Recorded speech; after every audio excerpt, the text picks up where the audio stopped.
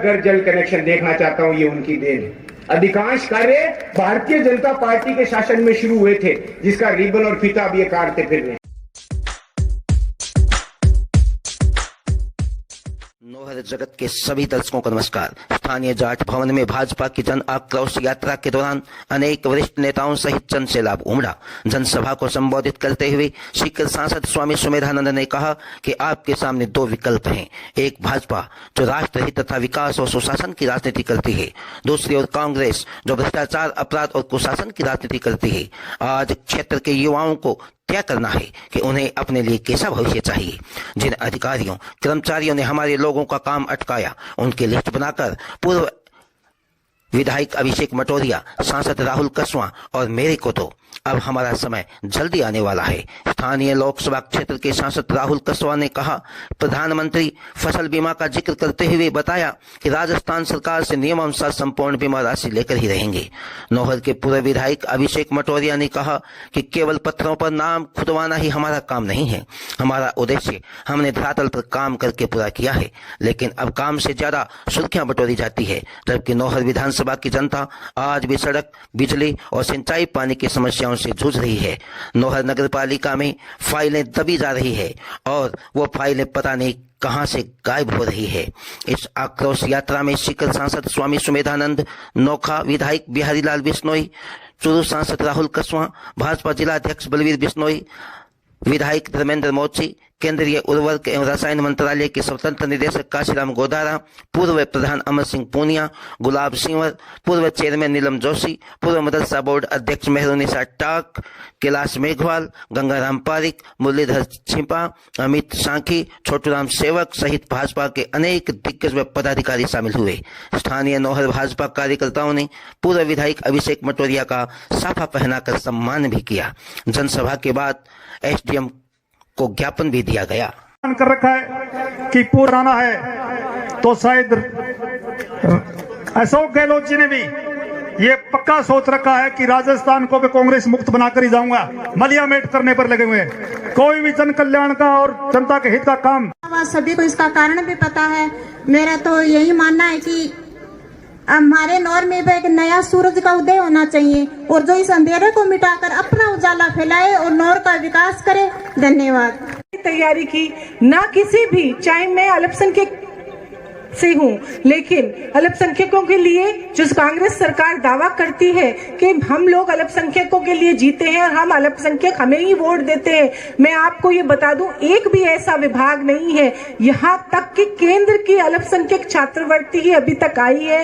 राज्य सरकार ने ऐसा कोई भी प्रावधान नहीं किया है। पैरा टीचर्स को परमानेंट करने का, उर्दू टीचर्स की भर्ती हमारे वक्त में 1 सेकेंड में हमें कहने का मौका मिलता था और वसुंधरा जी उस चीज को इम्प्लीमेंट किया करती थी, लेकिन अभी ऐसा कोई भी प्रावधान नहीं हुआ। मैं धन्यवाद दूंगा प्रधानमंत्री जी को, जिन्होंने हर व्यक्ति की तरफ ध्यान देकर के उस अंतिम व्यक्ति के पास उस धाड़ी में पानी पहुंचाने का काम करने का लक्ष्य रखा था।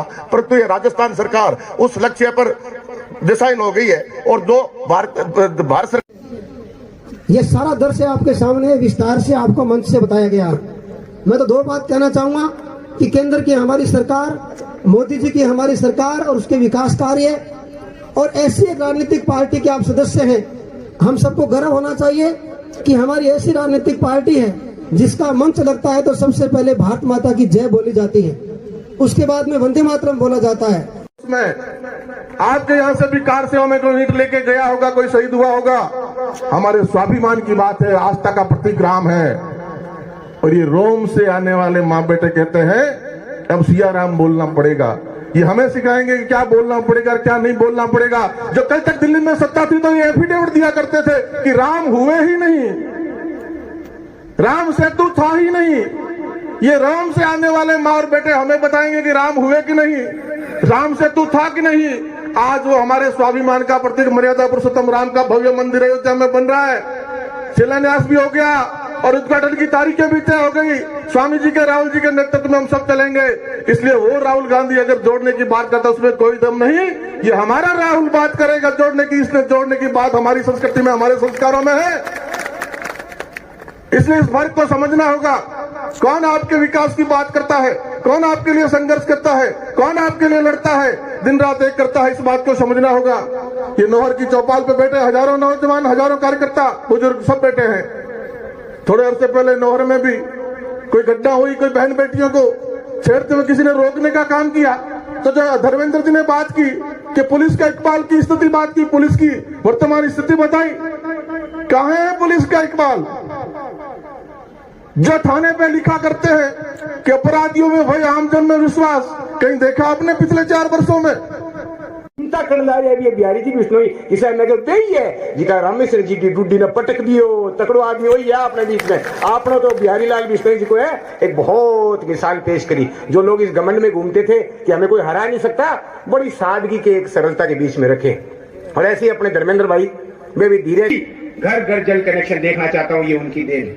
अधिकांश कार्य भारतीय जनता पार्टी के शासन में शुरू हुए थे, जिसका रिबन और फीता अब ये काटते फिर रहे। हाँ जरूर भारतीय जनता पार्टी के हमारे लोगों में कमी रहेगी। मैं घणो सील पट्टी का लगाने में विश्वास कौन करे, मैं बोलो काम करो, जनता आपकी देख लेगा। जरूर हरी बात में लोग में सारी बात सीख ली कि मैं पट्टी का अपने गाड़ी में ही गाली रखो, चेप पे रखे करो, ठाई गोली चेकिंग और विषय काम है, वो काम जरूर मैं सीख ली। हमारी बात में बहुत सारा ऐसा काम है जिसका 1.5-2 साल पहला बटा दफ्तर चाल गया, लोग बैठ गया, अभी उद्घाटन बहुत लेट हो रहे। ऐसा दिखावा और ऐसे दिखावे की कांग्रेस सरकार अपने को बचना है। वो आक्रोश था 1 साल पहला ही खतर बेड़ा करे हुए, क्योंकि याद करो वो दिन जब 1, 2, 5, 9, 10 अठे आपने संभाग में आगे राहुल गांधी कहो, बोलो कर्जो माफ। अच्छा आदमी लुट गया, बोले कर्जो माफ उसी तो बुलंदियो हारजीत छोड़ो, आपने कर्जो माफ करा लियो, सार दियो, कई काम सार दियो। मैं भी मैं एक हो कई काम साथियों करिए। 2-2 लाख रुपए के लालच में बहुत लोग आए थे कि 2-2 लाख आपने कराई लो। अब कोई नू आओगे वो कैसी 11, 12, 13, 14, 15 फिर भी लेना लाग जाओगा।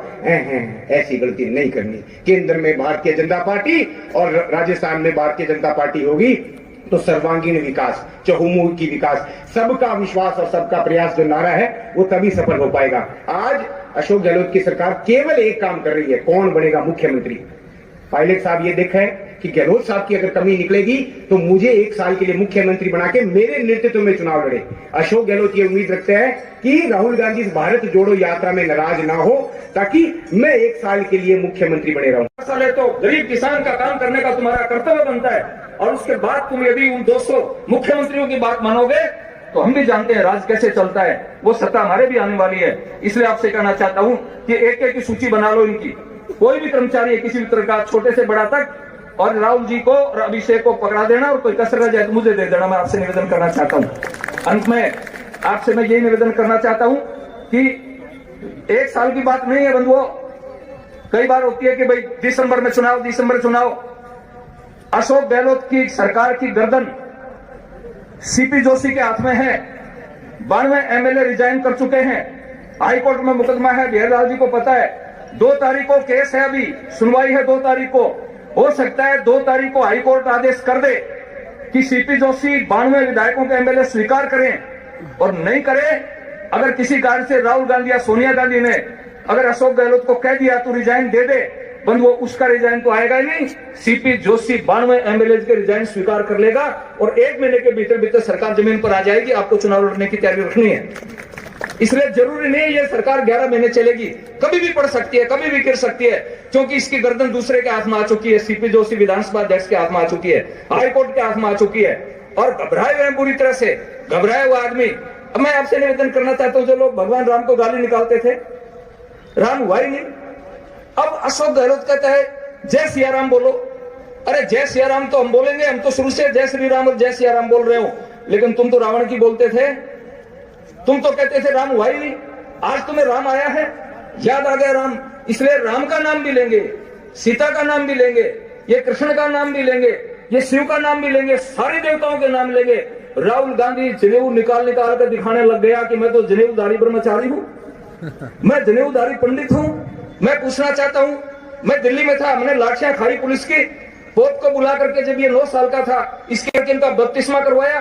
तू पोप का चेला है, पंडित का चेला है, ये फैसला तो दे दे पहले, या तो पब्लिक में स्वीकार करके मैं ईसाई नहीं हूं। झूठ बोलने की आदत इन लोगों की बन चुकी है, धोखा देने की आदत। जो आदमी गऊ को नहीं बख्शे। आपके पड़ोस में भादरा में गांधी के अंदर सरेआम गऊ हत्या हुई, आप लोगों ने जोर लगाया, क्या अपराधियों को गिरफ्तार किया? उल्टे जिन लोगों ने गऊ की रक्षा करने की बात की उनको प्रताड़ित किया। तो ये लोग न गऊ के हैं, न धर्म के हैं, न किसी के भी हैं, ऐसे लोगों पर विश्वास करना सुसाइड करने जैसा है।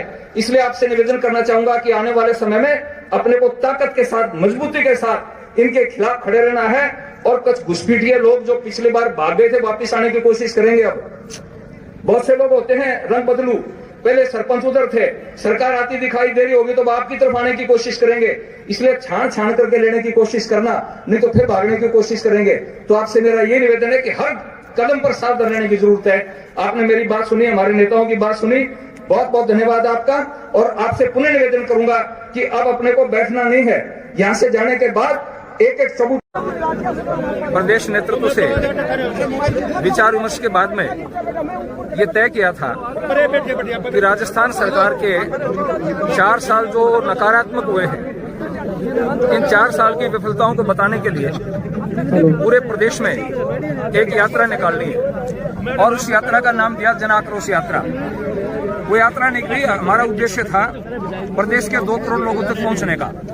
और हमारे पास में जो मिस कॉल का रिकॉर्ड आया है, जो लोगों की सूचना आई है, वो 2 करोड़ से भी ज्यादा गई है।